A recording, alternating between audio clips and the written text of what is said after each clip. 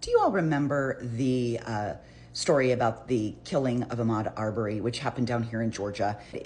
The reason I'm bringing it up is that the three men who were imprisoned for killing him have asked for a new trial, and they say it was because the jury was tainted. And this was really a shocking case, and it was completely mishandled from the beginning. So I thought, let me just look into it and see if I remember things correctly. So let's talk about it.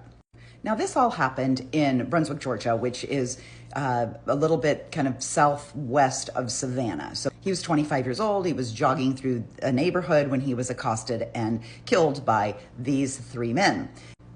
Now, they are Greg McMichael, who's the father, so he's the oldest one. I think he's this one.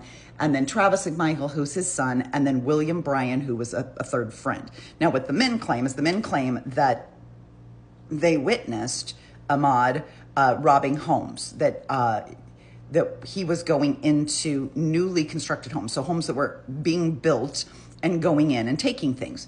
And so what they were trying to do was to just do a citizen's arrest, which is, you know, the Southern way of saying, can we use our guns to round up people we don't like? February 22nd, 2022, all three men were found guilty and sentenced. So the father and son were eventually given life without parole.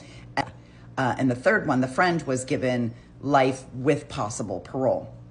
Now, I'm intentionally covering up this photo because the kicker here was that the entire thing was caught on videotape.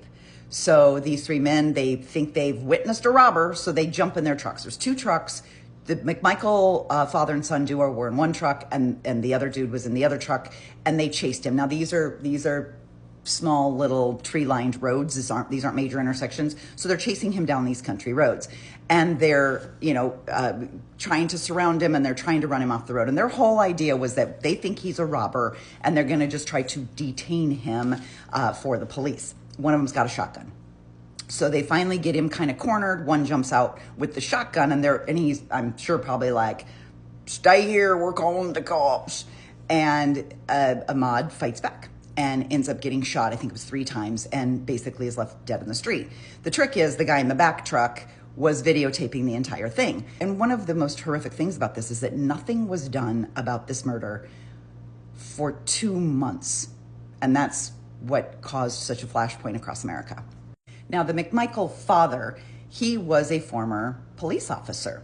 And so when police arrived on the scene and they said, "Oh, well, you know, we caught this young man robbing the place, and so we were trying to detain him, but then he attacked us, and so it was self-defense." Well, the police on the scene said, "Okay, sounds about right." And nobody really investigated any further. And no charges were brought against any of these men. Later during the trial, the police would all admit that they were told on multiple occasions not to make an arrest, that by their own Brunswick County district attorney, and then also a Waycross district attorney, because the case kind of bounced around trying to find a district attorney who didn't know these guys and that didn't have a conflict of interest. So their own district attorney said, "There's nothing here, you don't need to arrest them." The other attorney said twice, "You don't need to arrest them." So the police were advised, they say repeatedly, not to arrest these guys.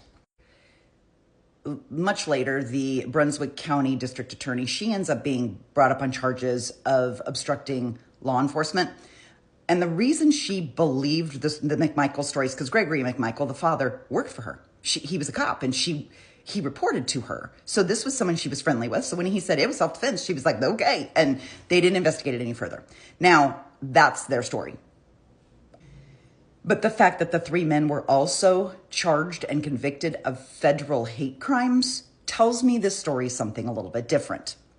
Now, Ahmaud's family was not standing for it. And by the way, the timing of this, right? If you remember the summer of 2000, this was also George Floyd, Breonna Taylor. There was a lot happening, right, when it was coming to racial tensions in America. So this one kind of would not go away, right? It kept being brought up. His family, local, like the NAACP and different groups, were trying to keep it alive. They wanted justice for Ahmaud, and so did everybody else.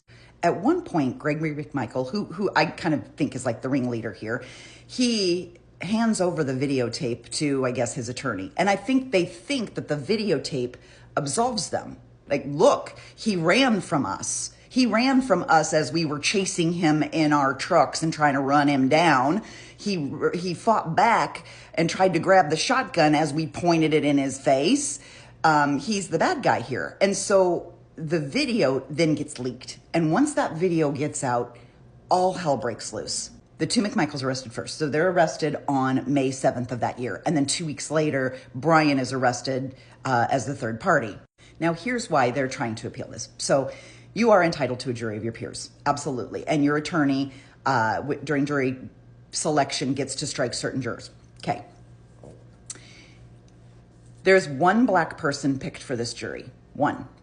And Brunswick, Georgia, just so you know, the population demographics of Brunswick, Georgia, 61.6% black. So these three men, these three white men, live in a predominantly black area of Georgia. And so their jury, if you want my opinion, would be more black people than one. In fact, the defense attorneys struck 8 black jurors and didn't allow them to be on the jury. There was one that was left standing that was in the jury box. So now in October, they went before a judge and said, we think that that one black guy had undue sympathy to Ahmaud Arbery. He felt like this was racially motivated and that kind of the world was on his shoulders in jury deliberation and that he threw the entire thing. And they honestly believe if there'd have been 12 white folk over there in that jury box, we'd have gone scot-free. And you know what? I bet they're fucking right. So back in October, it goes before a judge. And of course, they bring in this one black juror and he testifies to that. He's like, yeah, I was alone in the jury room. And I'm sure that these 3 fucking hillbillies, these 3 alleged fucking hillbillies didn't want any black people on their jury. But you don't have much of a choice when you're in a city where the population is predominantly one race. You're going to have some of them on the jury, and that's the fairness of it. They are your peers. They are people you live among every day. They're also fighting to overturn the federal hate crimes conviction. But in truth, that one I think is much tougher because they found texts and social media stuff where these guys were just making like racial slurs and doing all kinds of stupid shit because they're fucking hillbillies. I'm sorry, they're alleged fucking hillbillies.